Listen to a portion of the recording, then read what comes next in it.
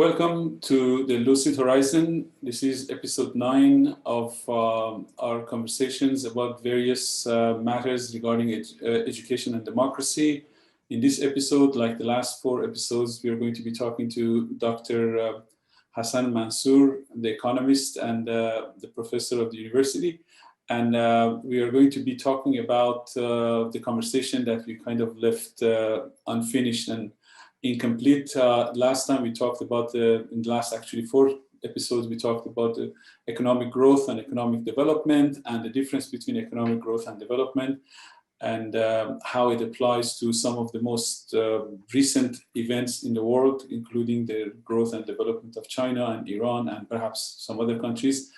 Dr. Mansour will talk about more issues, probably a little bit more technical than most of the patients have background to be comfortable with, but nevertheless, we think that these issues are so important that we need to bring them to the table. Professor Mansour, welcome to the show. Hello, thank you very much. I'm grateful. It's a pleasure to be with you. We are at the point where we can actually start having some fun. Last time we talked about some stuff that really set the stage for you to deal with this very important issue of whether the whole world could become developed. Are there any limits to development, internal or external barriers? Are there any internal or external barriers to growth, to development? Well, yes, we have been talking about the growth, expansion, and development. I tried to explain the differences between the growth and development, but there is no development without growth. In order to address the question of development, which I said, it requires paradigm change, without which there is no development at all. So development is the easy part of the work. So we may develop, as we've experienced in Iran, we developed about 11 years, and we had an exceptional the rate of growth of about 11.5% per year for more than 10 years.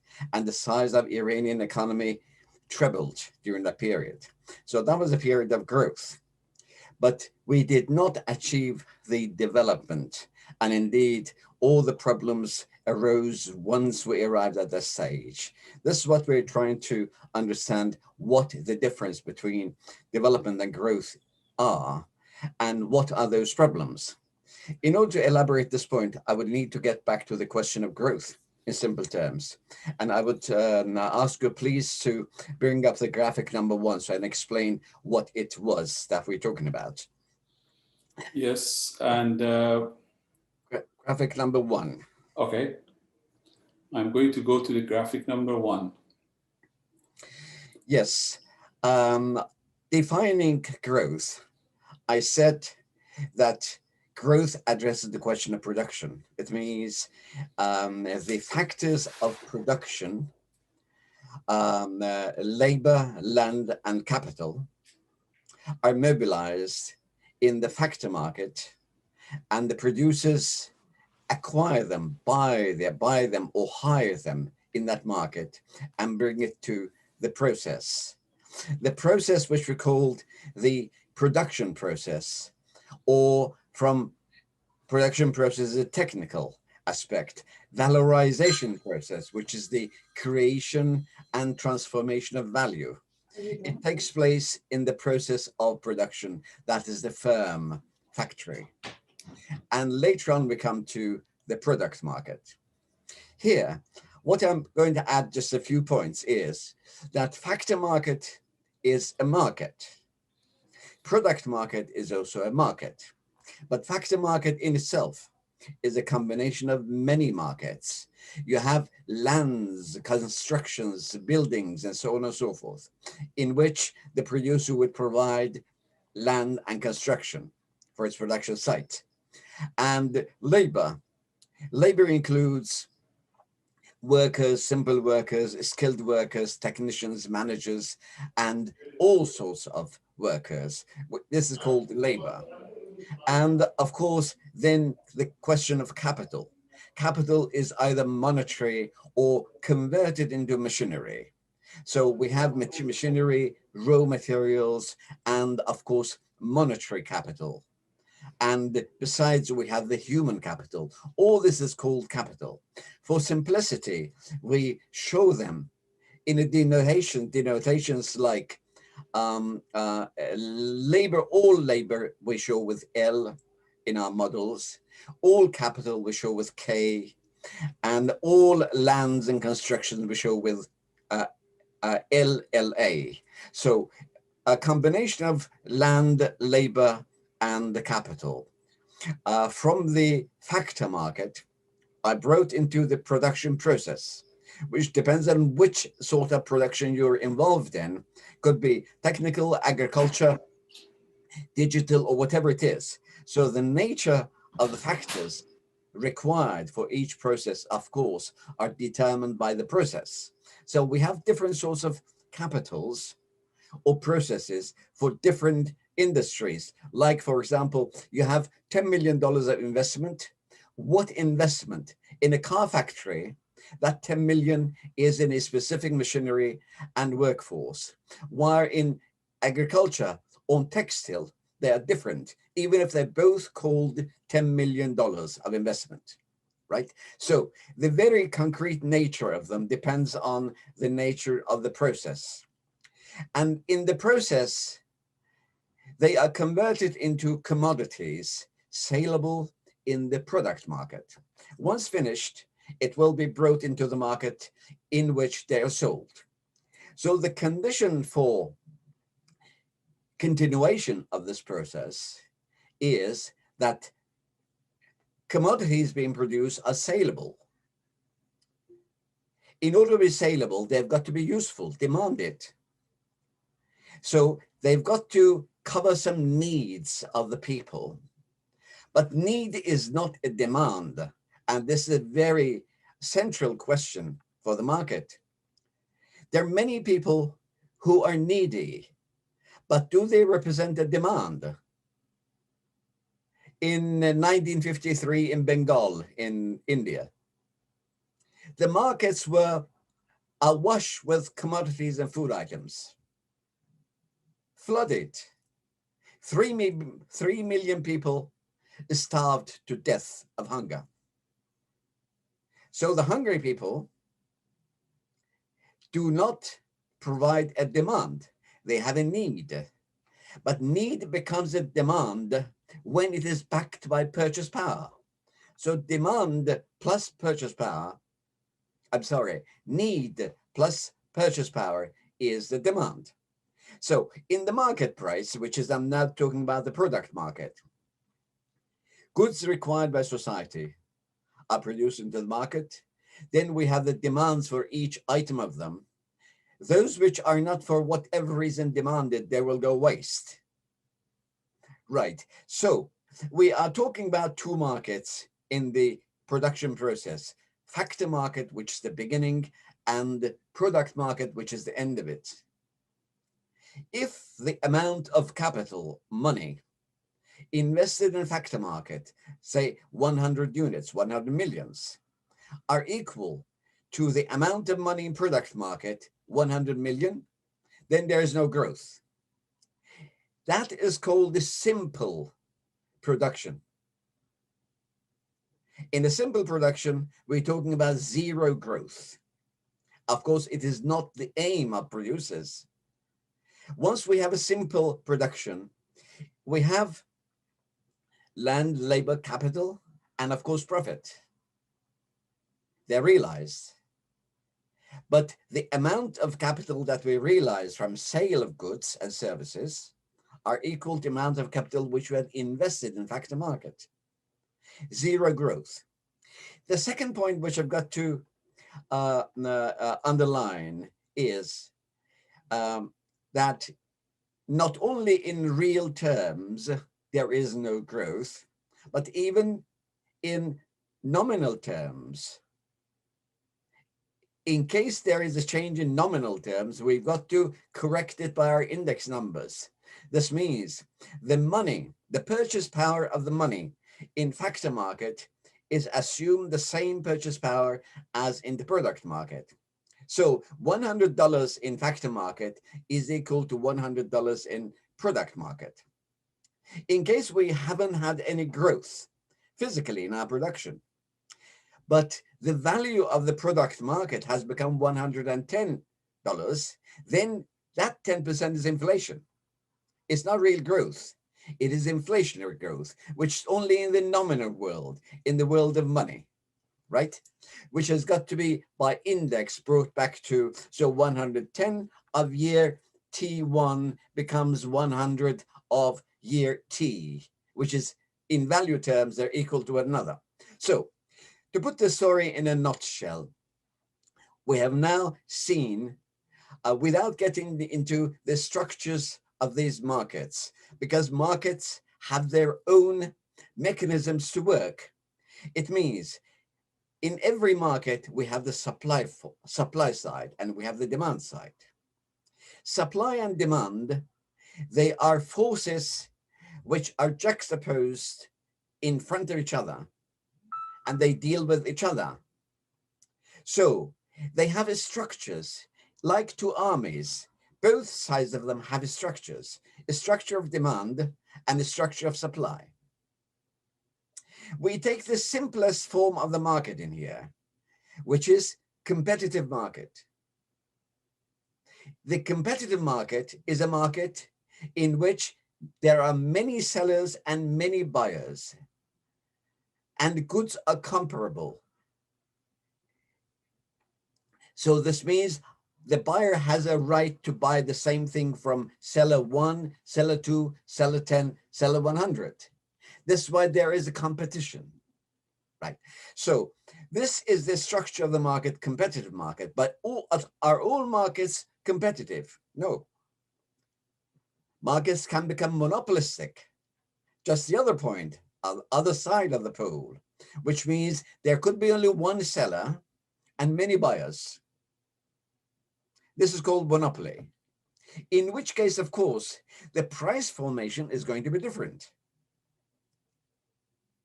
In a competitive market, the price comes to the lowest possible. It means it becomes equal to the marginal cost.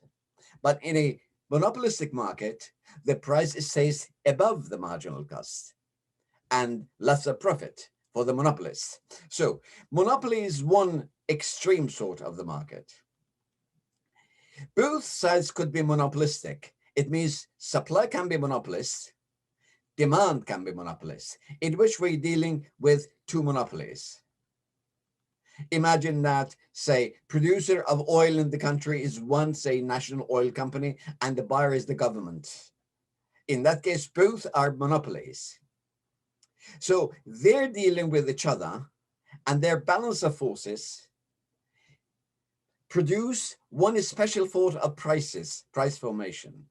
In case one side is monopolistic, the other one is not monopolistic, then of course price is going to be different.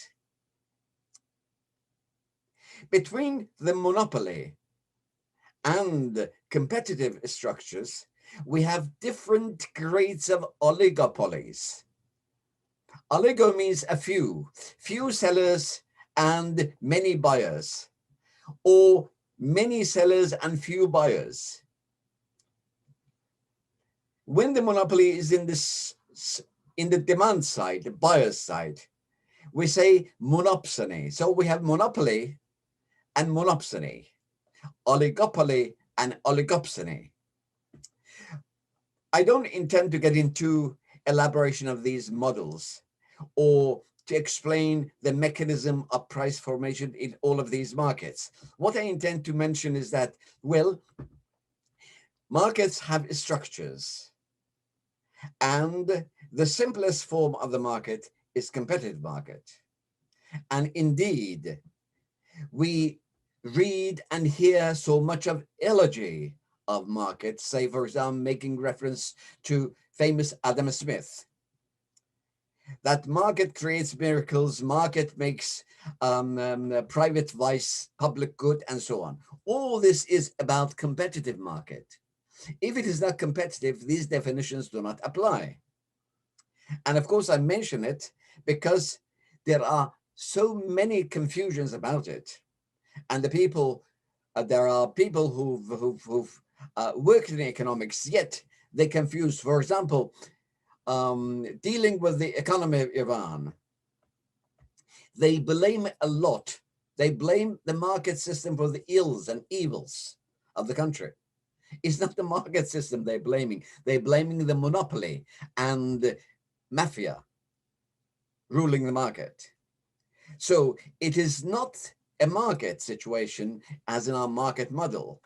It is comparable to the period of primitive accumulation, which Marx defined.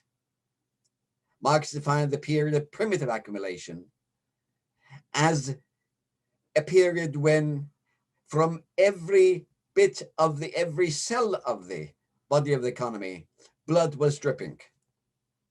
Blood and filth was dripping. So this is not a competitive market. This is not a market in which wealth is produced. It is a period when a few are controlling a majority. But now, getting into a simple model. Once we talk about growth, we mean the amount of capital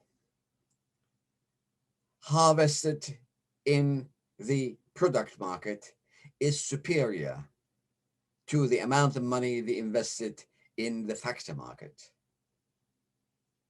So we can simply write money 2 is greater than money 1. This is the story of growth.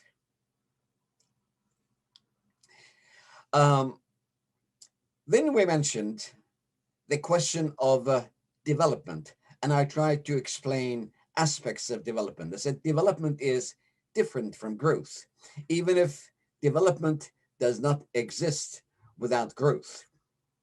So growth starts, but that's the easy part of it. It is technical. I said growth is an engineering concept for which we have mathematical models, and any leader of the country must know which model is suitable to its conditions to choose the right model for development, which sort of combination of goods and so on and so forth.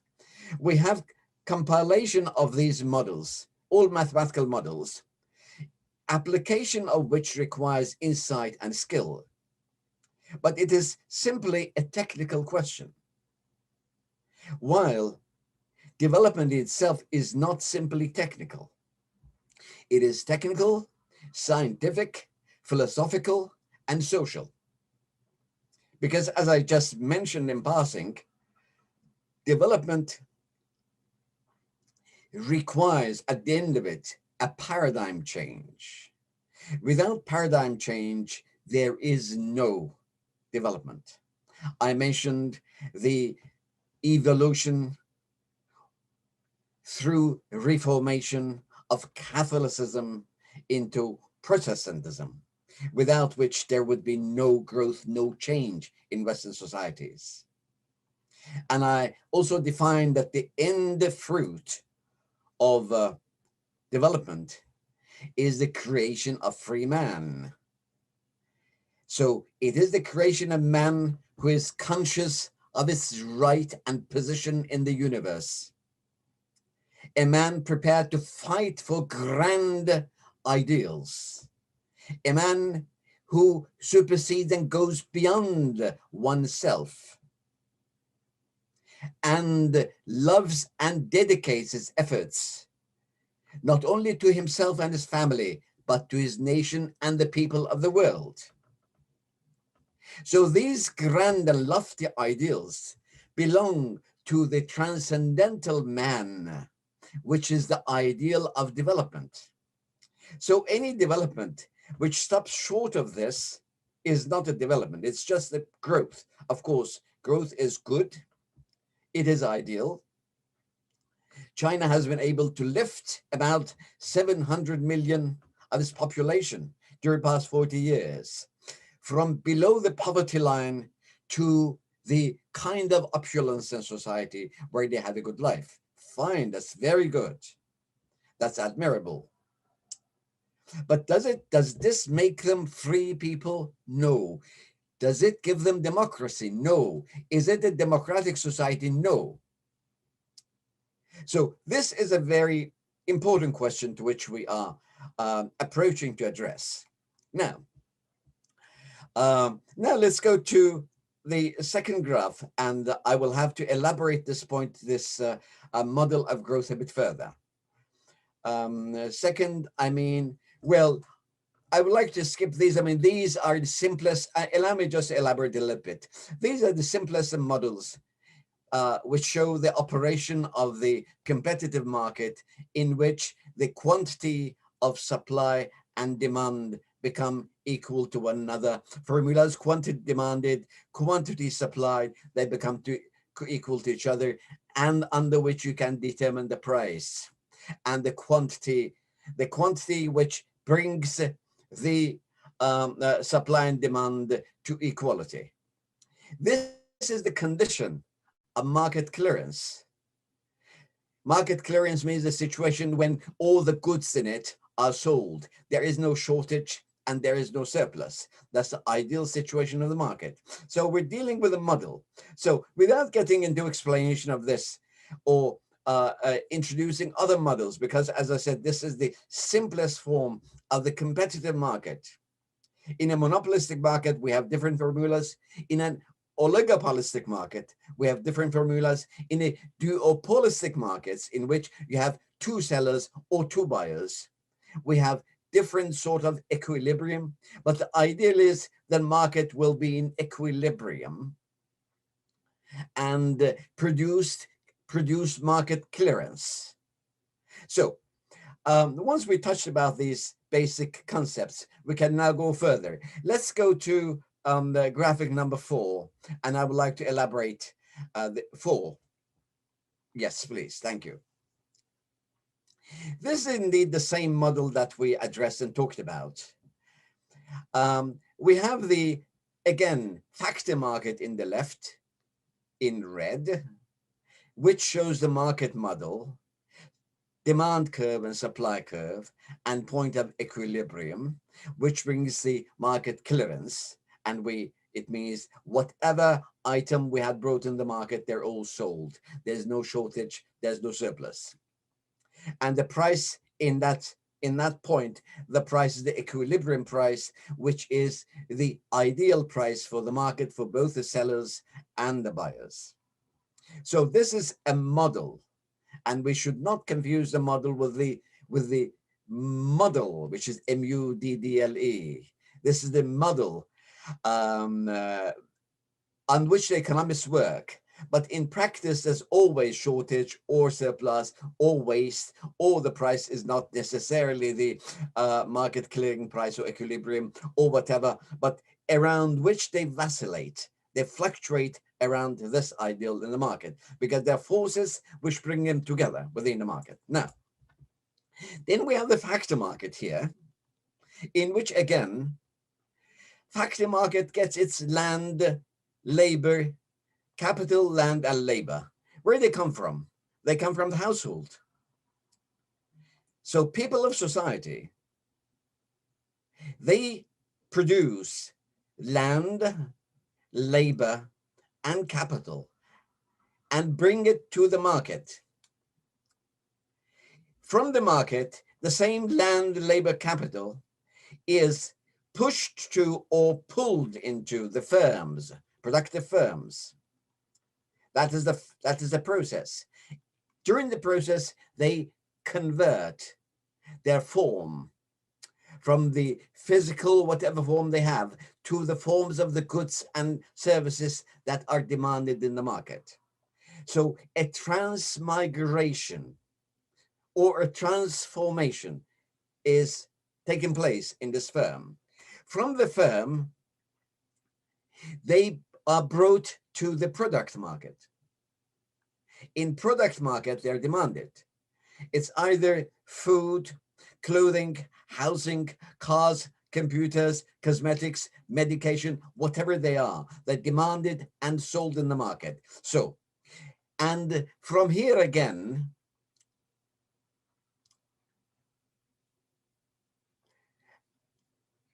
they go to be consumed. So they go to households, they're consumed in the markets. So you see this whole cycle.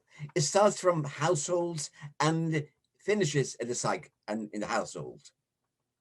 But a cycle in a contrary direction also, because commodities or factors, they are not given for free. They're always exchanged for money, and there is always an agreed price. Let me mention something. Once we exchange something on agreed price, it's an exchange. If it is taken without an agreed price, it's plundering, it is theft. So two sides agree on a price. Whether they agreed willingly or unwillingly, I have to accept the price and I take the price, fine. But I agree that this is the price I'm prepared to pay for it. So once the households sends land, labor, capital, in the face of it, they receive the price, money. So they send labor and they receive wages. They send capital and they receive rent. They send land or construction and they receive the rent of construction rent. For money, we call it rate or interest. So interest, rent, and wages are the equivalents of land, capital, and labor. So they exchanged. So in this portion again, we see that factors are demanded by firms, and instead money comes from firms to factor market.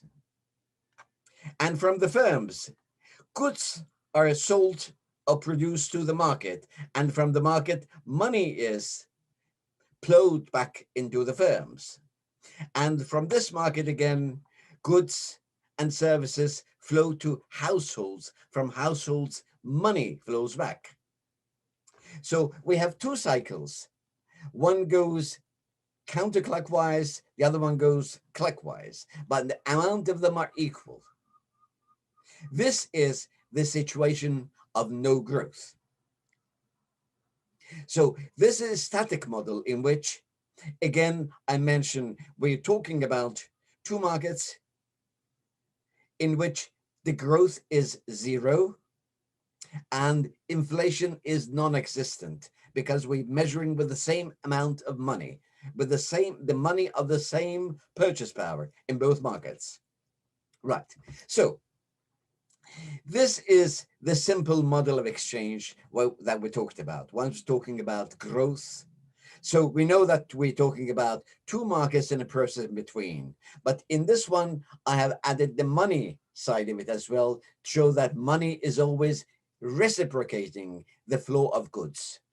While goods, commodities flow from one to the other, money flows from that entity to the one which is selling the item. Now, once we're clear about this, I would address the question of growth, which is the fascinating part, and which is, of course, the challenging part of it. So allow me to stop here in case you have anything you want to elaborate any further. You may go ahead.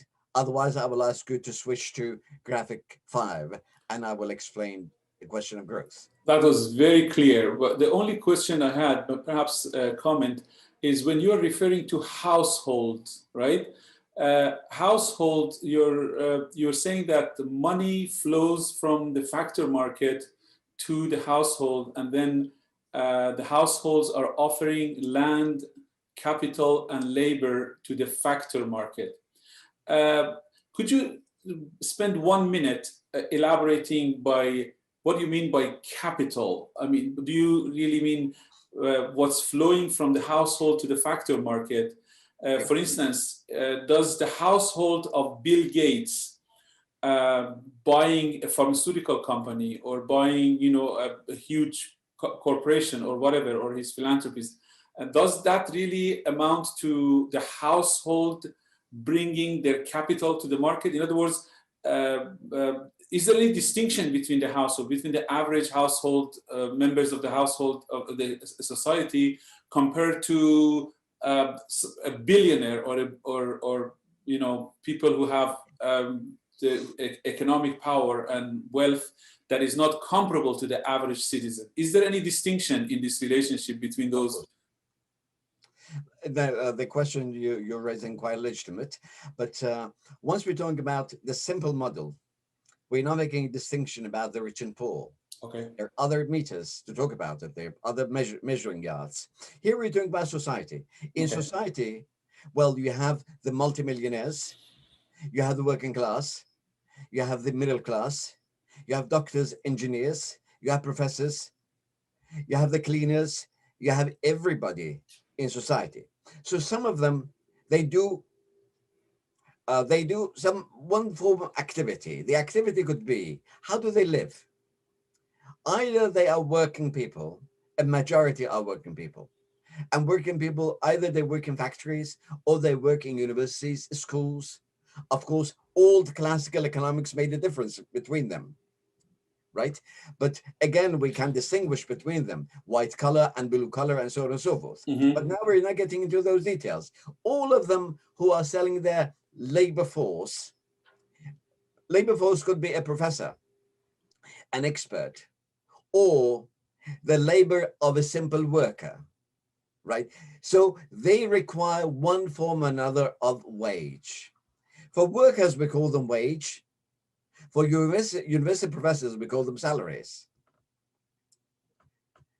And for lawyers, for technicians who give you consultation, advice, and get paid, we call it honorarium. So there are different names that they all value for labor, either simple labor or complex labor. Some other people, they have land, either landed property or construction, and they're rented out. So they live on rents. There are other group of people who either have capital, invested capital in machineries and constructions, or they have money in the banks and they receive interest. But factors of production are not more than these three. So as in any science, we've got to categorize and say what the functions of these items are. So be it a machinery or raw material or a fund for employing wages of engineers and workers, they're all called capital. And they receive their own payment in the form of interest. Right? Here we have another distinction. Once we go into the details, we can always discuss it. Say, for example, the capitalist receives interest. So take the example of a bank. You borrow from a bank $10 million in order to make an investment. Of course, they have procedures. They will evaluate your wealth and possibility to give back, and they will take collaterals and they provide the loan. Right? For the loan, they would require the interest. That is the cost of capital. But is the cost of capital the only thing the capitalist would require? No. On top of it, they will also require something else. The investors. Investors run a risk because the money you have in the bank is secure money. Once you invest it in your production site, you're running a risk that may fluctuate. To cover this risk, there is another incentive, which is part of income for capital, right? We can always get into details and split these items and see what they consist of. But in general, yes, once we say household, we mean the whole population of the country. Regardless of their economic power. Pardon me? Regardless of their economic purchasing power. Regardless of economic power, but once we say that they are the suppliers of capital, or land, or labor, automatically this definition is there. Mm-hmm. So people who supply capital, they're capitalists. Okay. Or landowners, or the workers who have only their working power, labor power to sell. Right. Okay. Are we clear about it? Yes, yes. So on to the next graph. Yes, here is a fascinating part of the story. It is as fascinating as to deserve the thinking and writing and talking about it for 200-300 years among economists and great minds thinking about it. The point is here, let me start from the bottom of it. The first round, this is, let's start from the production. Each of these cycles or circles, there's the starting point of the factor market and the product market, again back to the factor market again. This is one cycle as we shown in the previous graph. Here we are showing it as a spring in form of a spiral. It is in form of a spiral because in every round of production, it is not a repetition of the same value. It means in round one, imagine we invest $100 and we get $120, $110. There's a growth. Next round, which is this round, we invest at $110. This time we get $122. We go on and on. In each round, it expands. This means the capital is growing, the size of economy is growing. So here we have round one, round two, round three, round four, round five, round six. And the growth is being achieved. The question for an economist was, what is the source of this growth? Where does it come from? Well, we take into the process. In the process, we work on it. So the adherence of labor theory of value, the greatest of them about Smith, Ricardo, Marx, and some others, they have said it is the labor which produces the extra. It is the surplus value. Then we have, and before that, after that, say, for example, other thinkers like the school of thought which is called physiocrats. They've always thought that the item of capital which brings about this surplus is the land, because it's the land that we sow some seeds, and for one seed of wheat, we get, say, 7, 8, 10, 20 of seeds. So this increase comes from the land. And within the mercantilist thinkers, we've had, no, the extra comes from the trade. It's in trade that we gain extra. But this is, again, I don't intend to get into this controversy.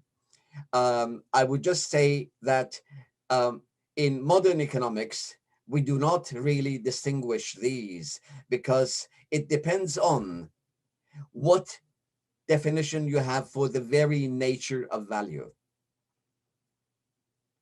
If you define the value as the labor, of course, the surplus will be attributed to labor in your models. If you define land as the producer of value, then any surplus would be again attributed to land. If you define it as capital or technology, it will be attributed to it. So we do have great many models from all these economists and thousands of pages of writings. We can discuss them and we can see their merits and demerits, but many of these boil down to the question of assumption. What do you assume to be the mother of value? There you get these surpluses. Now, without trying to get into the nature of surplus, because I want this analysis to be general to anybody, regardless of whether they believe in labor theory of value or land theory of value or capital or technology theory of value. This is the outward manifestation of growth. It shows that from cycle 1, cycle 2, cycle 3, cycle N, it's always, sometimes of course will go back, but in the long run, it has been growing. The size of all economies have been growing. The size of world economy has been growing, right? Then another question, which is a thorny question, a difficult question to answer is, well, let's go to cycle 1 and assume in cycle 1 we had 100 units of capital. In cycle 2, it has become 110. Let's just stop and say, well, this 10, even if we ignore the source of it, technically it's not possible.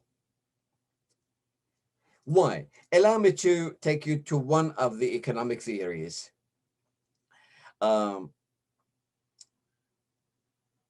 Jean-Baptiste, the French economist, 18th century, he has produced the market model for the first time. Market model. He puts forward the idea that whatever is produced can be sold. The idea is simple, but it's fascinating. Whatever is produced can be sold. You can find the reason for this in our previous model that we talked about in the cycle. Because if we are bringing into the product market commodities and goods and services worth $100 million, the same $100 million we have already injected into the factor market in the form of wages, rent, and interest. So the purchase power is there. If you produce whatever item of good, for producing it, you inject wages, capital, interest, and rent into the market, into the producers. So the purchase power is already injected. To realize it in the product market, you have no problem. Because once the good comes into the market, provided it has a demand for it, it is desirable and useful good, it can be sold.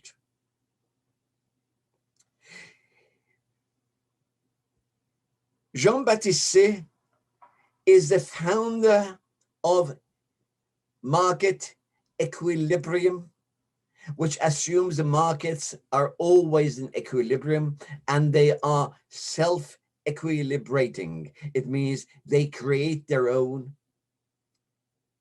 harmony in the market. If this is correct, there should be no crisis in the market, no shortages in the market, no breakdowns into the market. So, great many economists have provided theories which are harmonistic and they approve the self-equilibrating nature of the markets. To simplify a little bit, I will mention some. Adam Smith is one of those giants. John Stuart Mill is another giant. Even David Ricardo attributes the same idea. And finally, Vasily Leontiev, in his input-output model, which is a Nobel Prize winner, input-output model which made a revolution in planning economies. He also believes in the harmony within the systems of the market. It means that there is always an equilibrium between the two sides of the market. So the markets are not going to break down. Is it clear enough, the idea? The idea of equilibrium and automatic equilibrium, potentially automatic equilibrium in the markets. So there are great ideas, great minds in the economics field, which all have talked about this self-equilibrating mechanism within the markets. And this means that don't worry about it. The markets will always be in equilibrium, and because in every round of it, you have already the purchase power which are injected into the market. But one objection that is, well, once you buy your factors of production, you inject wages, you inject interest, and you inject rent, but you do not inject the profit, because profit comes afterwards. So this is one simple objection, which can be answered, of course, by harmonious school. It can be answered, but it's a problem because there is a gap, time gap. There's a décalage, because all the three items of income are already injected, but this item of income is not injected. It is available once you're able to sell. And in order to sell, you need the purchase power. So where does this profit part come from in the market in order to pay the factories? You see, this is the point on which great many theories are built.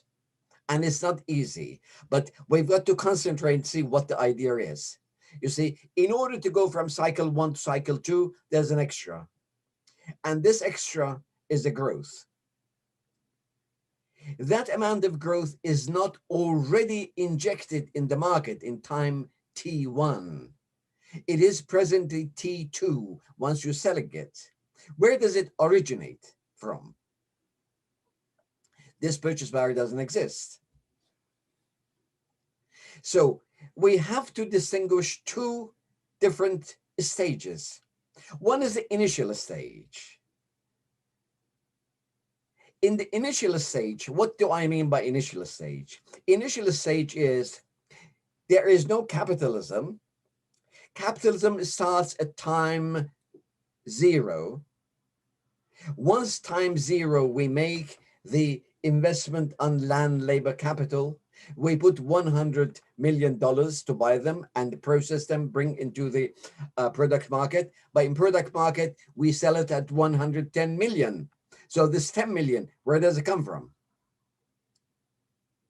In the initial stage, there is one possible origin for it. From non-capitalist world. What is non-capitalist world? Feudal world.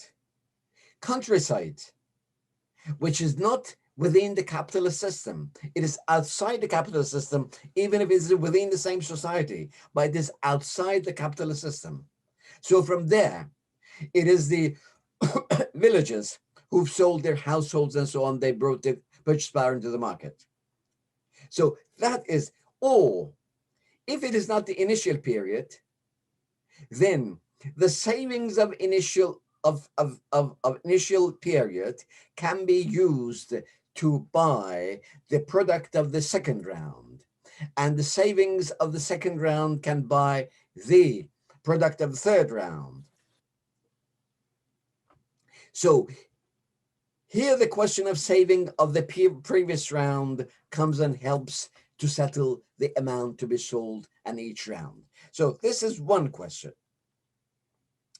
This answers the question of profit, which comes on top of wages, rents, and interest. Profit comes afterwards, so it requires different source to come from. Then,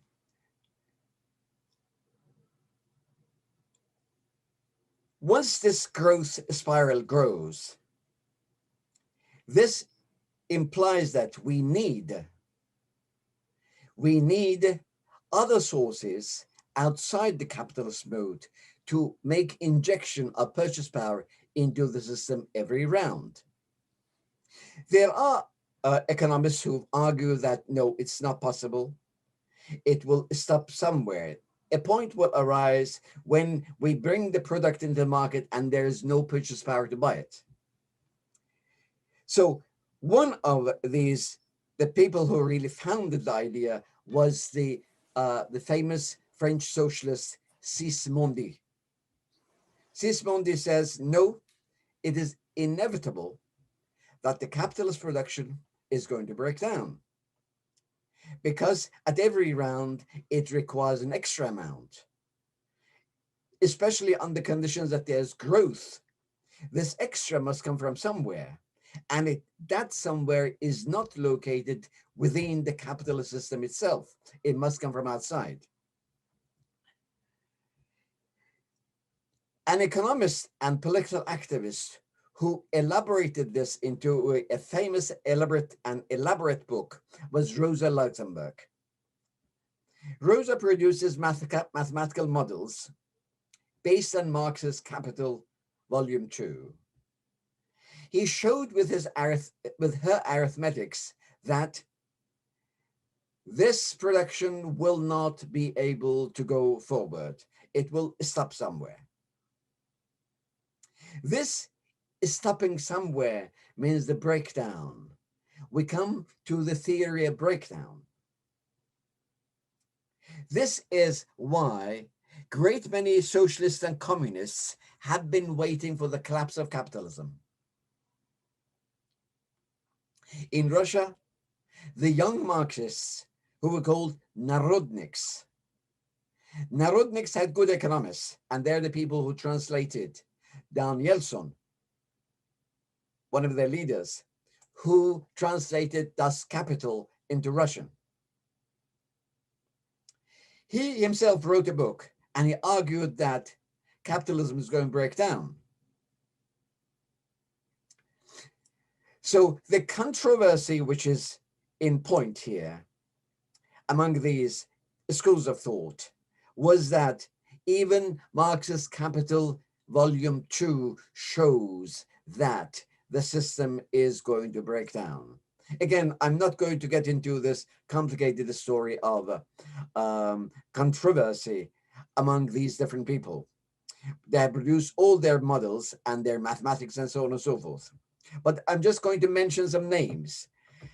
In case some interest arises, I can explain in detail what they mean, and I can also produce, for the people who are interested, I can produce some literature about it, literature explaining this story.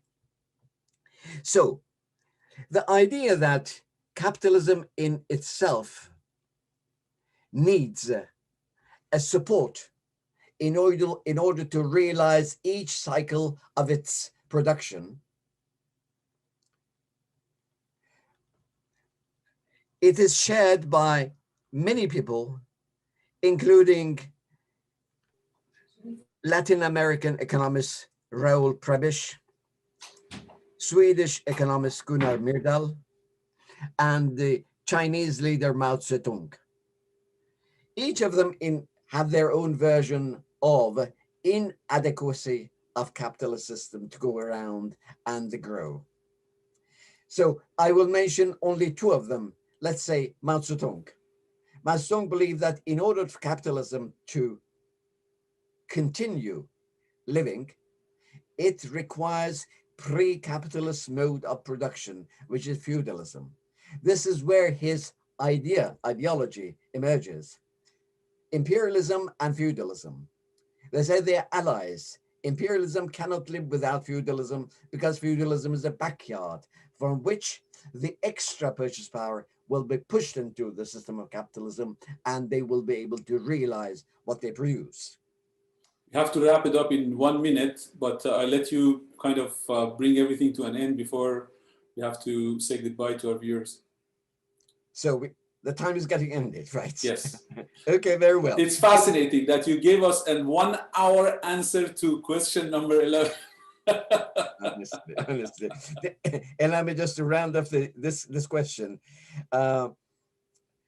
Even some American economists have contributed to this idea, like Paul Sweezy. Mm-hmm. Paul Sweezy also believed that in order for capitalism to live on and realize this extra produced, they will need a non-capitalist section to support it. And they located their own non-capitalist section in volume 2 of Capital, which was the luxury branch under the Department 2 of Karl Marx. I'll stop here and we can elaborate further on. Thank you very much for this crystal clear explanation. I learned a lot. I have a long way to go, but you make learning such a pleasurable practice with your beautiful, passionate, and clear. And it's very difficult. I understand as a teacher myself. I know that it's very difficult. Covered this. I did today. We were not able. We'll have to continue. Okay. Thank you, indeed. Thank you very much. Thank you. Thank you for your time and attention. And I say goodbye to our viewers.